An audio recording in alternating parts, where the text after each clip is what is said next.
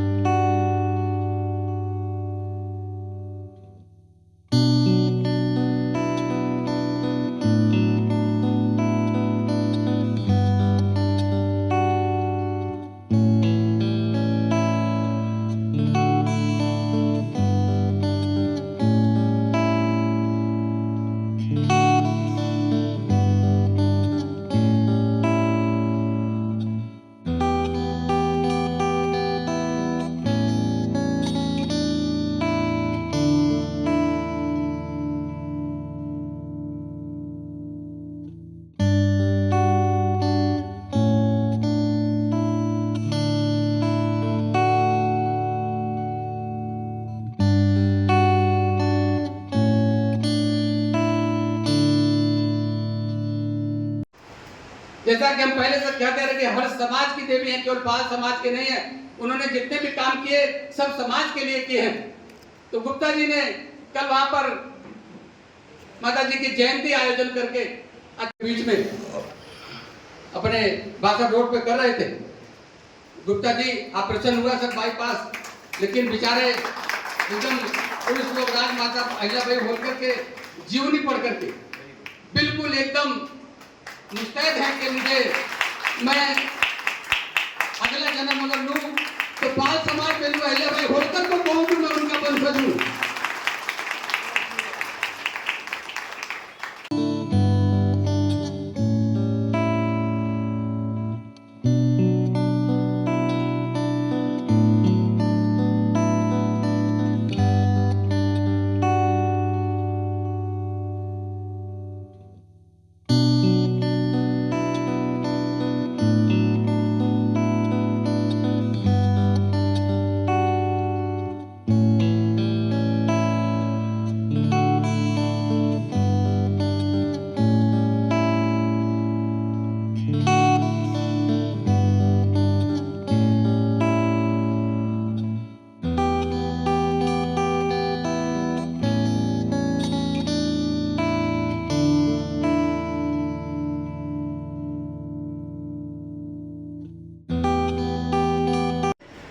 जन्म हुआ, महाराष्ट्र के चोंडी में जन्म हुआ, शादी इंदौर में हुई।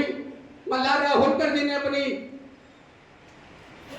बहू के रूप में उन्हें स्वीकार किया अपने बेटे खंडेराव के लिए उनका हाथ मांगा, शादी करके ले गए। दोस्तों, कम समय में जब खंडेराव जी की मृत्यु हो गई, पुरुष लोग राजमाता को, उसमें सती प्रथा का बड़ा चलन था, उन्हें सती होने के लिए तैयार हो गई। मल्हार राव होलकर ने रोका कि मैं आपको सती होने के लिए नहीं लाया हूं, मैं आपको बहू बना के नहीं लाया था, मैं आपको मालवा की रानी बनाने के उद्देश्य से लेके आया था। अगर आप सती हो जाएंगी तो मालवा का राजपाट कौन देखेगा? उन्होंने बड़ी विनम्रता के उन्होंने विनय करने के बाद उन्होंने अपने निर्णय को रोका और उन्होंने मालवा का राजभार संभाला। मेरे दोस्तों, बड़ी लड़ाइयां उन्होंने लड़ी, लेकिन एक महिला होने के नाते आज तक हिंदुस्तान में आज तक किसी महिला ने इतना सशक्तिकरण राज नहीं किया जितने राजमाता ने किया था। आप लोग देखते होंगे, उनके एक हाथ में तलवार होती है और दूसरी मूर्ति में शंकर जी की पिंडी होती है। उन्होंने न्याय और धर्म दोनों साथ लेकर के राज किया। ये सबसे बड़ा उदाहरण है कि जिन्होंने न्याय को भी साथ रखा, धर्म को भी साथ रखा, न्याय को भी साथ रखा। इसलिए उनकी मूर्ति एक हाथ में तलवार जो न्याय देने के लिए होती थी और एक हाथ में पिंडी जो धर्म की बात करने के लिए होती थी। धर्म के नाम पे आपको बताना चाहता हूं कि 12 ज्योतिर्लिंग जिसको औरंगजेबों ने लूट लिया था, मुसलमान लूट करके लेके चले गए थे। राजमाता ने जब सत्ता संभाली, अपने 1200 किलो सोना दान करके उन्होंने पूरे 12 ज्योतिर्लिंग का उद्धार कराया। आज हम सनातन के मानने वाले लोग, अगर उस समय राजमाता ने अगर यह जीर्णोद्धार नहीं कराया होता तो आज सनातन कहने के लिए नहीं बचा होता। अगर कोई सच्चा सनातनी है तो पाल समाज के लोग हैं, पुरुष लोग, रोहिल्लाबाई के मानने वाले लोग हैं, जिन्होंने अपने 1200 किलो सोना दान करके आज सनातन को जीवंत रखा है। लोग उसकी दुहाई दे करके अपने काम कर रहे हैं। मैं पाल समाज के लोगों से कहना चाहता हूं कि धर्म के काम में कभी पीछे नहीं रहना है। इसका उदाहरण है कि आप राजमाता अहिल्याबाई होलकर के वंशज हैं, जिन्होंने धर्म को बचाने के लिए अपने सारे खजाने खोल दिए। आप धर्म के नाम पे थोड़ा सा माला फूल चढ़ा लीजिए, लेकिन धर्म को कभी भी छोटा मत होने दीजिएगा मेरे भाइयों। न्याय की बात आती है मेरे भाइयों, इतना न्यायपूर्ण न्याय किसी की देने की हिम्मत नहीं है। कोई इतना न्यायपूर्ण बातें कर ही नहीं सकता जितना राजमाता ने करके दिखाया। एक घटना उनके राज में हुई, जब खंडेराव उनके पुत्र जब सवारी करके अपने रथ पे बैठ करके जब जा रहे थे, संजोग बस गाय का बछड़ा उनके रथ के नीचे आ गया और वो मर गया। गाय राजमाता के महल में उनके गेट पे घंटी लगी होती थी, घंटी लगी बांधी गई थी। अगर जिसे कोई दुख होगा, हमारे राज में अगर कोई तकलीफ होता है तो आगे घंटी बजाए उसको न्याय देने का काम राजमाता करेंगी। वो गाय जाकर के वो घंटी बजाई, माता जी ने कहा बाहर देखो कौन फरियादी आया है। अंदर से उनका नौकर आके देखा, बोला माता जी कोई नहीं है। वो फिर चुप हो गई। दूसरी बार फिर घंटी बजी, बोले और देखो कौन आया, बोले कोई नहीं है। जब तीसरी बार घंटी बजी तो उसने बोला माता जी कोई दिख तो नहीं रहा, लेकिन एक गाय वहां पर है। उन्हें कहा गाय नहीं घंटी बजाई होगी, पता करिए इस गाय के साथ में क्या अन्याय हुआ है।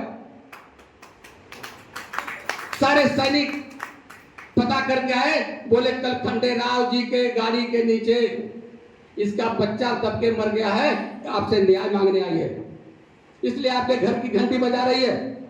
मेरे दोस्तों, ये देखिए न्याय की देवी ने कहा हमारे बेटे के ऊपर भी रथ चढ़ा करके उसको मार दिया जाए।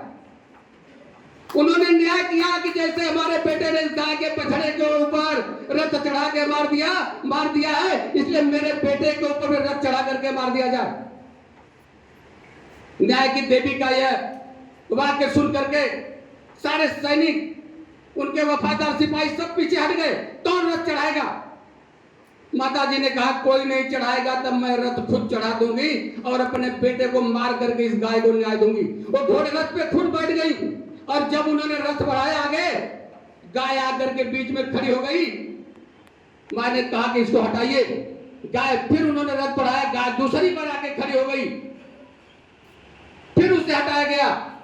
तीसरी बार लोगों ने समझाया कि माता जी ये चाहती है कि आप जो दुख इसको बेटों को लेकर इसे है वो दुख आपको न उठाना पड़े, इसलिए आपको रोग नहीं है।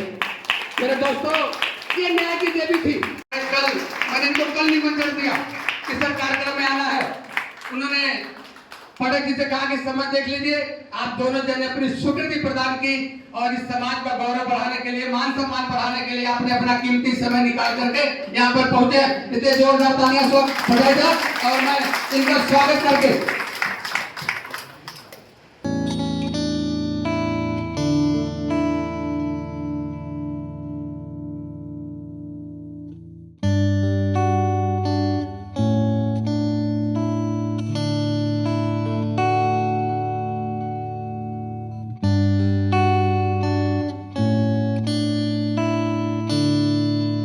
आदरणीय श्री कैलाशनाथ पाठक जी का आदरणीय श्री मालानाथ साहब का स्वागत करते हुए बड़े भाई आदरणीय श्री राम लखन पाल जी।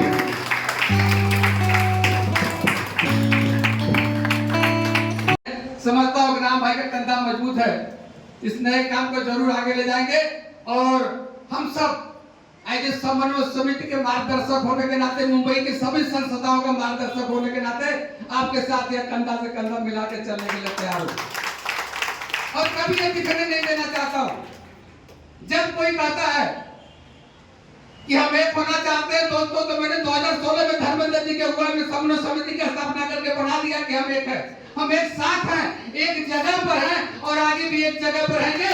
उसका प्लेटफॉर्म है मुंबई की समन्वय समिति। आज सारी संस्थाओं के लोग आज इस कार्यक्रम में विराजमान है। बहुत से सारे हमारे 90% लोग संस्था के पदाधिकारी गांव में 90% लोग जो बचे खोटे समाज के लोग हैं। संस्था के लोग यहाँ पर कम है, समाज के लोग ज्यादा हैं। तो मैं आगे की कड़ी में, वक्ता की कड़ी में यहाँ पर उपस्थित है भाई धर्मेंद्र पाल जी। हेलो।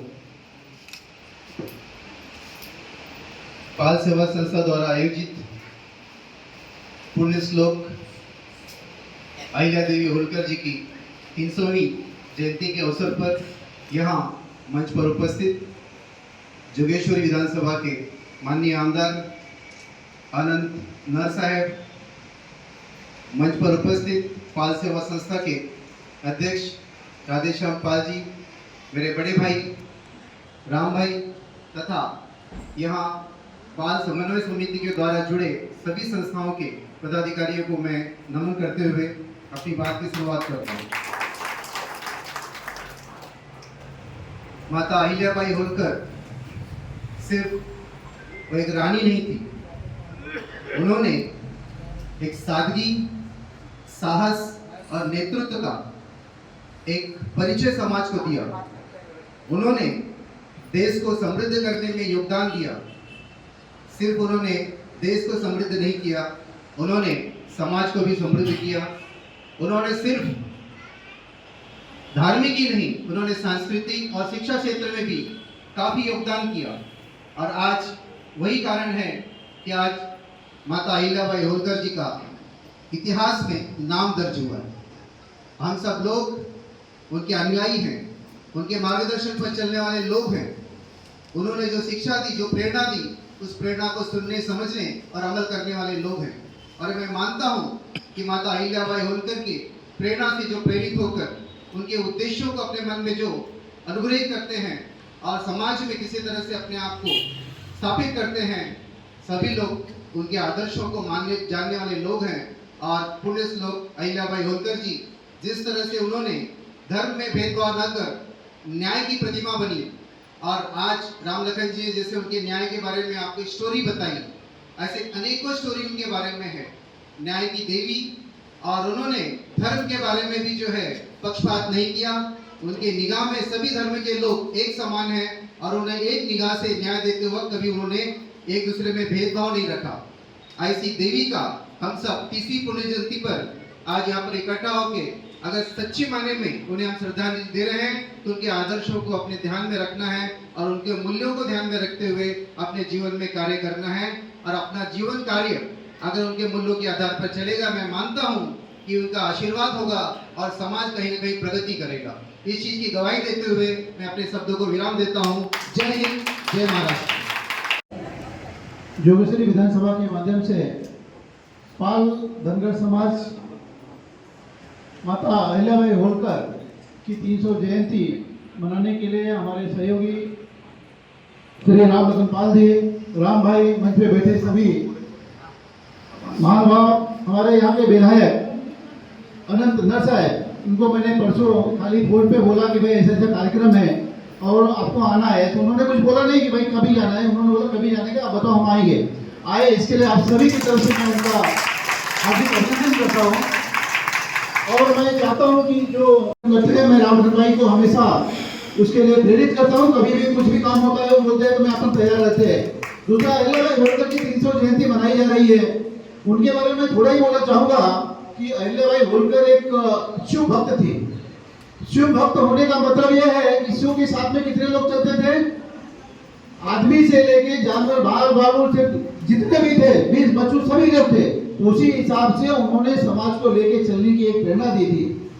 उन्होंने सबसे पहले जितने भी शिव मंदिर है उनका भी मुगलों के द्वारा उसका निर्माण तोड़ा गया था, तो अहिल्याबाई होलकर ने उनको बनवाया है। दूसरा, सबसे पहले बनारस से कलकत्ता तक की जो सड़क है उन्होंने निर्माण कराया है। ये कम लोगों को जानकारी होगी, आप अगर उनका इतिहास देखेंगे तो सबसे पहला जो कलकत्ता से बनारस आने का रास्ता था, राजमार्ग था, वो उन्होंने बनवाया था। इसके लिए मैं उनको नमन करता हूँ। आपने बोला कि भाई अभी ठीक है, विधायक जी है, राम भाई है, राम लखन पाल तो माइक छोड़ने नहीं चाहते हैं, तो मैं आप लोगों से एक ही निवेदन करूंगा कि हम लोग यहाँ पे हर समाज के लोग हैं यहाँ पे, और एक समाज को लेकर चलने की जो प्रेरणा आप लोगों ने रखी है उसके लिए मैं आप सभी का आभार व्यक्त करता हूँ। आपने बुलाया, हम लोगों को बोलने का मौका दिया, इसके लिए आपका आभार व्यक्त करता हूँ। जय हिंद, जय भारत। कि जब उत्तर भारतीय शिवसेना के अध्यक्ष हुआ करते थे पाठक जी, जब इनके माध्यम से पता चला कि हमारे यहाँ से टिकट किसको मिल रहा है, तो पता चला कि हम सबके बड़े ही 5 साल हमारे साथ नगर सेवक रहे, हमारे दुर्गा नगर के नगर सेवक रहे बालानगर साहब, विधायक होने के पहले बड़े मधुर संबंध रहे इनसे। जब हम लोगों को पता चला कि टिकट इनको मिल रहा है तो हम लोग इतने प्रसन्न हुए कि हमें अब अपना विधायक मिल जाएगा। हम सब लोगों ने जी तोड़ मेहनत की और हमने अपने समाज की मीटिंग बुला करके कहा, मेरी एक ही मांगी हुई है, अभी उस पर चर्चा नहीं हो पाई कि बहुत व्यस्त चल रहे।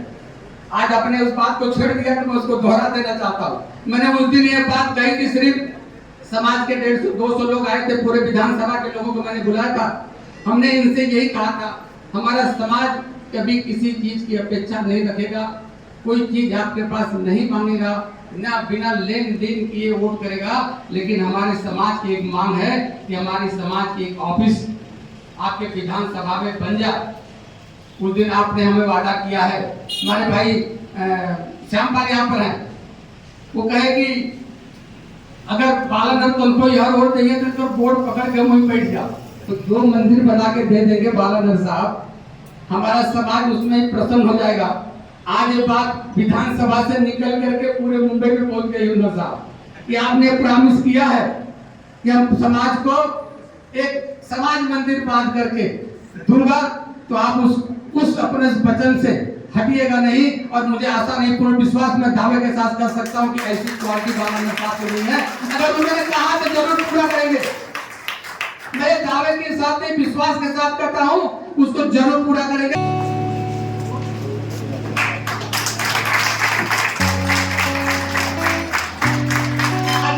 अपने उस हमारे किए हुए वादों को आप कितना जल्दी पूरा करेंगे जरूर कर देंगे। धन्यवाद।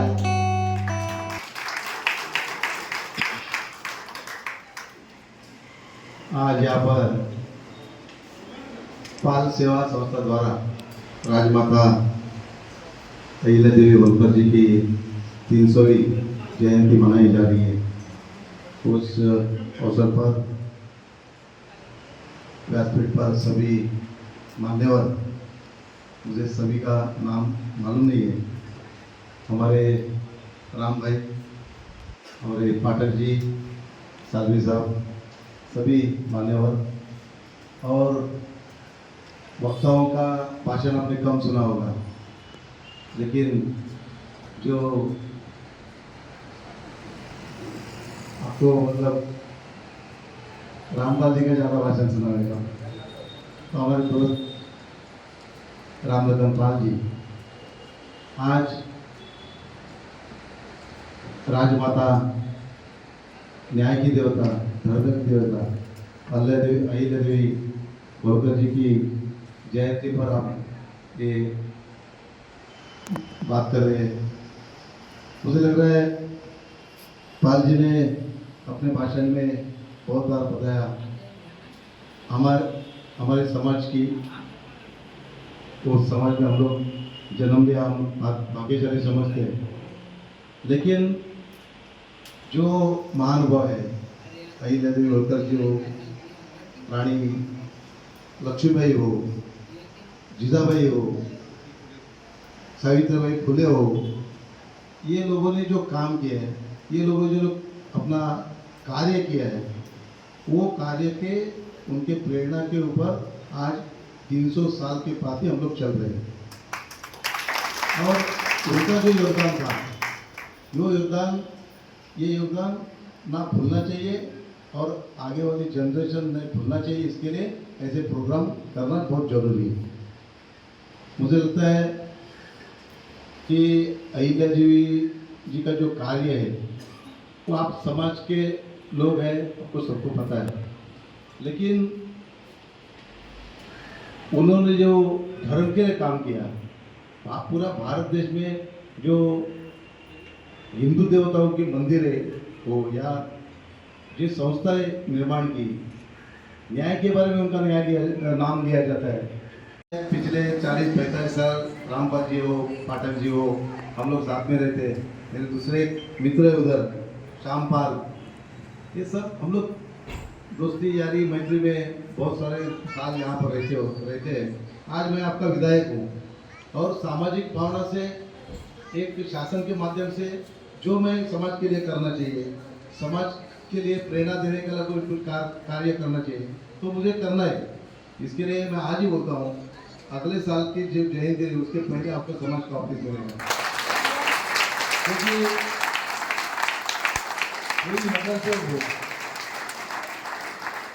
कोई नगर सेवक हो, कोई विधायक हो, कोई सांसद हो, ये इनका काम बनता है समाज को जो चाहिए वो उनको अवेलेबल करके देना। मैं कहाँ देने का है, कैसे वो मेरे को पूछो मत, लेकिन और कितना छोटा बड़ा, लेकिन दूंगा इतना पक्का। आज तो आपके पास कुछ भी नहीं है समाज के लिए, जो भी मिलेगा उसकी शुरुआत अगले साल में होगी, इतना पक्का है। और ये करना मेरा कर्तव्य भी है। मैं यहाँ पर और एक कहता हूँ कि अहिल्या देवी होलकर जी का जन्म ये महाराष्ट्र में हुआ है, अहमदनगर में हुआ, लेकिन कई सारे हमारे मराठी बांधवों को हमको पता नहीं हो कहाँ है। ये दुर्भाग्य की बात है, मालूम है, छोड़िए, अभी सबको इतना पता नहीं है। मुझे भी, मैंने भी लास्ट टाइम हमारे बुजुर्ग थे, उनका ध्यान हो गया जब भी मैं अहमदनगर गया, जब भी मुझे पता चला। तो ये ऐसा है, इसके लिए ये जो नाम है समाज के सामने रहने के लिए मैं हमारे एरिया में, हमारे विभाग में, हमारे कार्य क्षेत्र में कहीं भी एक गार्डन हो, मैदान हो, उसके लिए भी नाम देने का प्रयास करूंगा, ताकि ये जोगेश्वरी विधानसभा में उनका नाम मतलब गवर्नमेंट के माध्यम से, शासन के माध्यम से रहे। मुझे लगता है ये जो सभी हमारे आदर्श है, उनके प्रेरणा के ऊपर हम लोग चलते हैं, तो हमारा जो फर्ज है और वो हम निभाएंगे और सब समाज को साथ में लेके। और एक बात खास करके पाल जी को बोलता हूँ, धनगर समाज महाराष्ट्र में बहुत कम संख्या में है, फिर भी हिंदू हृदय सम्राट शिवसेना प्रमुख माननीय बालासाहेब ठाकरे, इन्होंने कौन सा भी समाज हो, वो छोटा हो बड़ा हो, अगड़ा हो पिछड़ा हो, कुछ भी, सबको एक इंसानियत के नाते एक साथ में लेकर के आगे चलाया और इतना बड़ा संगठन निर्माण किया। उसमें जात पात कोई नहीं देखा जाता है, धर्म नहीं देखा जाता है।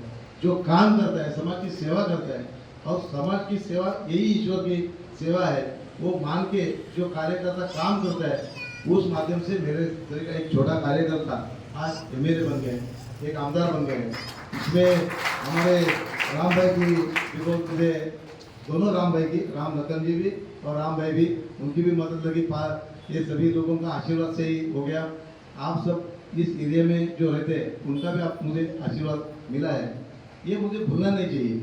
और इसके लिए पिछले 2 बार मैं नगर सेवक था और आज अभी 5 महीना विधायक का हो गया है। ये जो अगला बचा हुआ विधायक का 5 साल में जो दिन बचा है, वो समाज के लिए व्यतीत करके आपको जो चाहिए तो देने का मैं प्रयास करूंगा। मुझे यहाँ पर बुला के जो सम्मान दिया, 2 बात कहने का मौका दिया, इसके लिए मैं राम लखन पाल जी का, आपके समाज का बहुत बहुत आभार व्यक्त करता हूँ। धन्यवाद। जय हिंद, जय भारत। राम कुमार पाल 64 फाउंडेशन से आमदार निधि में 5 लाख रुपए का चेक दूंगा ताकि वो कार्य और अधिक फास्ट से बढ़ सके।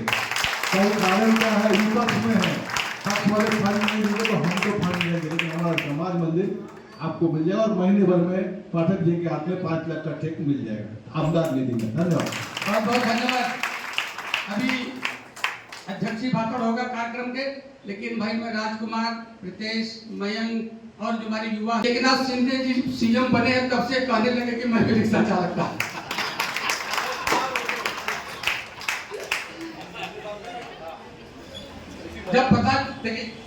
जब पता चला कि शिंदे साहब पहले रिक्शा चलाते थे, महाराष्ट्र के सीएम हो गए, तब से राम भाई कहने शुरू करते कि मैं भी रिक्शा चलाता था।